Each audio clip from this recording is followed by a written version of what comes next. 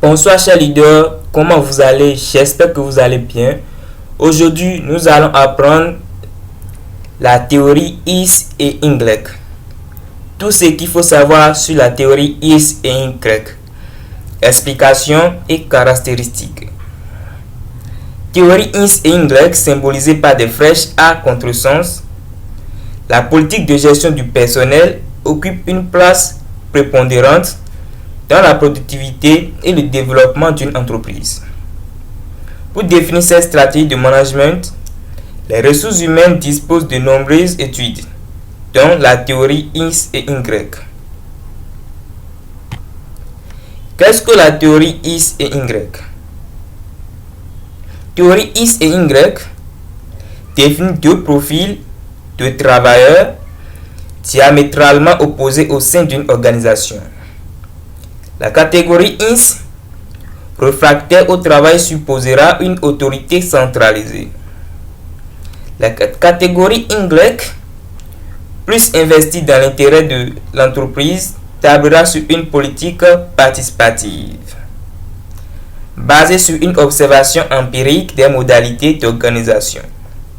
Elle a été formulée par Douglas en 1960 dans son ouvrage.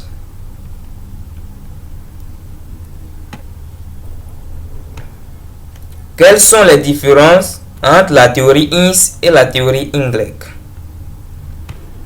Caractéristiques de la théorie Is. Selon la théorie Is, la plupart des êtres humains sont par nature paresseux et connaissent travailler plus par obligation que par plaisir. Chez ces individus, le besoin de sécurité s'impose en priorité au détriment de l'initiative, de la prise de risque et de l'intérêt collectif, sans ambition ni motivation et cherchant à tout prix éviter toute responsabilité. Il n'apprécie que le changement et les évolutions. D'un niveau de formation et de culture souvent peu élevé, ce profil aura sans cesse besoin d'être dirigé, contrôlé et rappelé à l'ordre. Les dirigeants adoptent alors une autorité coercitive afin de le contraindre à fournir un maximum d'efforts pour effectuer les tâches qui lui incombent, n'hésitant pas à le sanctionner en cas de non-réalisation. Les procédures à suivre doivent être détaillées et les actions parcellisées, le tout orchestré de manière contraignante et verticale. Dans cette théorie Is, Douglas donne une vision assez traditionnelle de la relation employeur-travailleur, soulignant l'aspect hiérarchique et autocratique de l'organisation. Au cœur des pratiques dominantes des années 60, cette idéologie se détermine par un centralisme exacerbé du centre de décision, qui pilote chaque collaborateur dans le moindre détail. Elle définit les tâches de chacun, impose règles et procédures, compte toutes les phases de la production.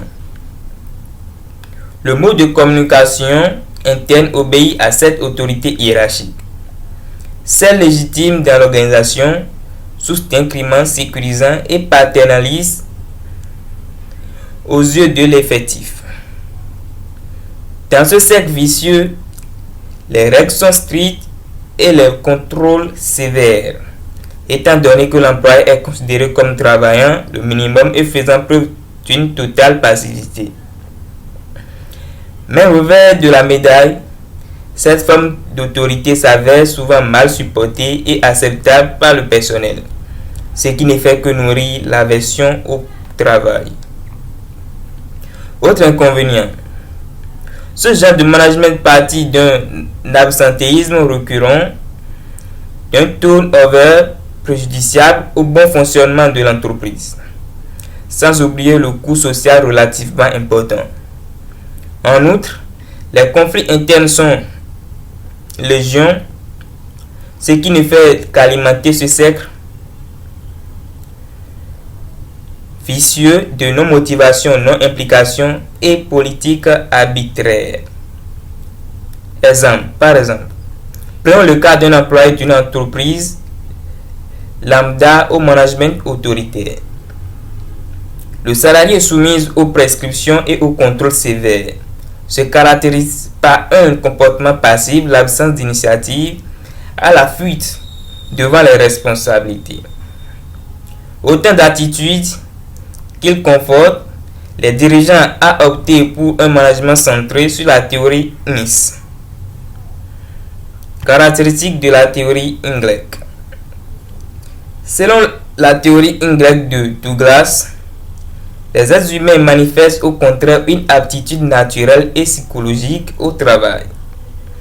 Participer à l'aventure collective leur confère ce besoin d'accomplissement personnel, d'évolution professionnelle et d'estime de soi, qui forge la personnalité de chacun.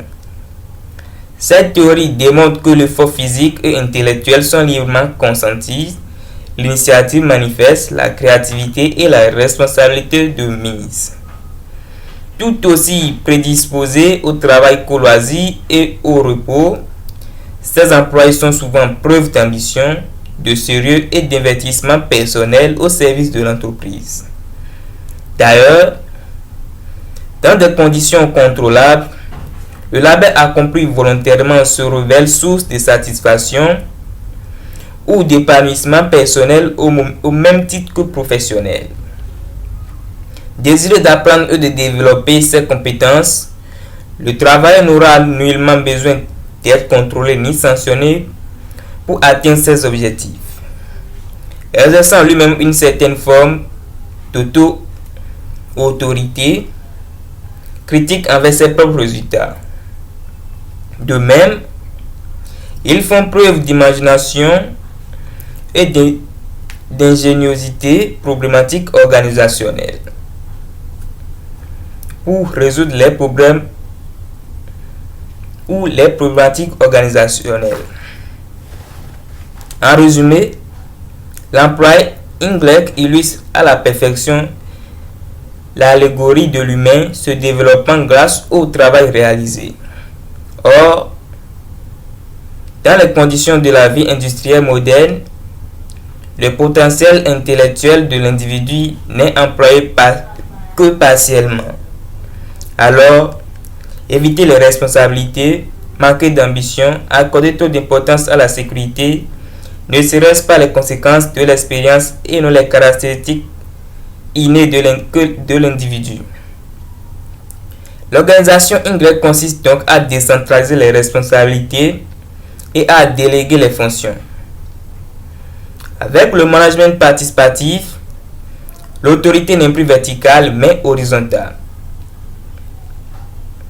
Tout le monde participe à la réflexion et à la décision, quel que soit son niveau hiérarchique et décisionnel.